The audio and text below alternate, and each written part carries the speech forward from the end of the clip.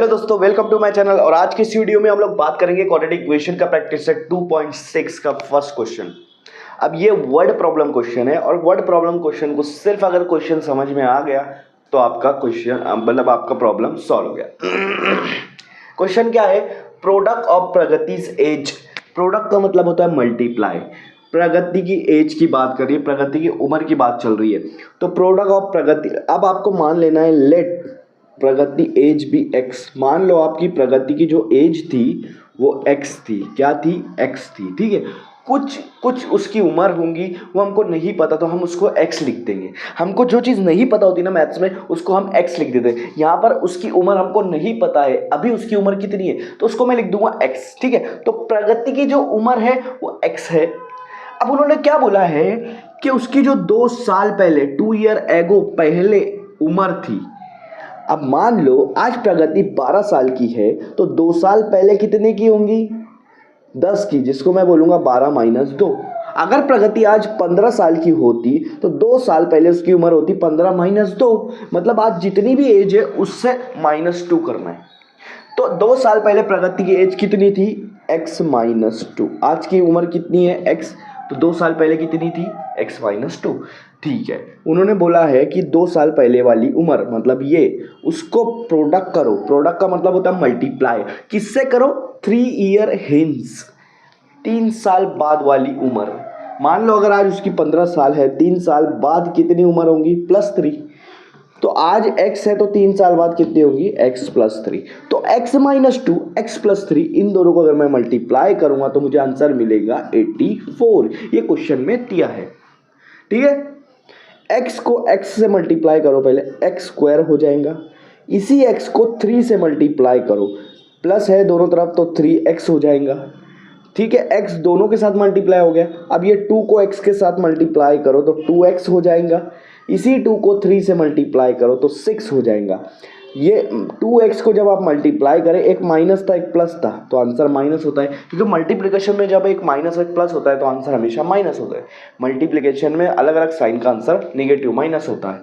यहाँ दोनों प्लस, ये जब 2 3 सा करे तो एक प्लस एक माइनस, तो यहाँ भी माइनस होगा। आपका आंसर आ रहा 84। अब क्या करेंगे? X square plus 3x minus 2x कितना होगा? x होगा -6। मैं क्या करूँगा, क्वाड्रेटिक इक्वेशन में हमेशा क्या करता हूँ, सारे टर्म को लेफ्ट साइड लेकर आता हूँ। तो 84 को भी इधर लेकर आऊँगा, हो जाएगा -84 और राइट साइड में कुछ भी नहीं बचेगा। ठीक है, ये हो रहा है मेरा equation x square plus x। ये भी माइनस में है, ये भी माइनस में। जब 2 टर्म माइनस होता है तो उसको प्लस किया जाता है। 84 प्लस 6 90 और बड़े की साइन लगा दी जाती है। तो ये मेरा क्वाड्रेटिक इक्वेशन बन गया x square plus x minus 90। X square plus x minus 90। अब आप कोई भी मेथड उठा लो, चाहे कंप्लीटिंग द स्क्वायर मेथड उठा लो, फैक्टराइजेशन मेथड उठा लो, या फिर आप फॉर्मूला मेथड उठा लो, उससे सॉल्व करो। मैं फॉर्मूला मेथड यूज़ करता हूँ। ठीक है, फॉर्मूला मेथड यूज़ करने से पहले ABC निकालना पड़ेगा। अब मुझे बताओ एक्स स्क्वायर के साथ कोई है? नहीं है, तो जब कुछ नहीं रहता मतलब 1 रहता है। अब इसको अगर मैं जनरल फॉर्म के साथ कंपेयर करूंगा तो मुझे ABC निकल जाएगा। ये उसका जनरल फॉर्म है। A की जगह पर आ गया 1, B की जगह पर आ गया है 1, x के साथ कुछ नहीं है, यहाँ पे भी 1 है, और C की जगह पर आ गया है -90। क्या? -90। साइन नहीं भूलना है। ABC निकल गया मेरा, ABC निकल गया। सबसे पहले b स्क्वायर माइनस 4ac को सॉल्व कर लूंगा। इसको b square minus 4ac, b value कितनी है? 1 है, तो b का स्क्वायर मतलब 1 का स्क्वायर -4। a की वैल्यू 1 है, c की वैल्यू है -90। c की वैल्यू क्या है? -90। 1 का स्क्वायर 1 होता है, 4 1 ज़ा 4, 4 मल्टीप्लाई 90, 94 ज़ा 360, क्योंकि 9 4 ज़ा 36 होगा और आखिरी में एक 0, तो 360 होगा। ये माइनस, जब मल्टीप्लिकेशन में दोनों माइनस होता है मतलब दोनों की साइन सेम होती है तो आंसर हमेशा प्लस में आता है। तो इसका आंसर आ गया मेरे पास 361। बी स्क्वायर माइनस 4ac का वैल्यू क्या आ गया? 361। ओके, अब मैं यहाँ पर फॉर्मूला मेथड के हिसाब से यहाँ पे फॉर्मूला लिख लेता हूँ b square minus 4ac upon 2a। ये फॉर्मूला है। ये क्या है? फॉर्मूला है। चलो, -b, तो माइनस लगाओ, उसके बाद b की वैल्यू डालो। b की वैल्यू क्या है? 1 है, तो 1 डाल दो, प्लस माइनस स्क्वायर रूट के अंदर बी स्क्वायर माइनस 4ac की वैल्यू जो हमने पहले ही निकाल दिया वो क्या है 361 डिवाइड बाय 2 और a आपका यहाँ पर 1 है तो a की वैल्यू 1 हो जाएगी। ठीक है, -1 प्लस माइनस। अब मुझे एक बार बताओ रूट 361 क्या आता है।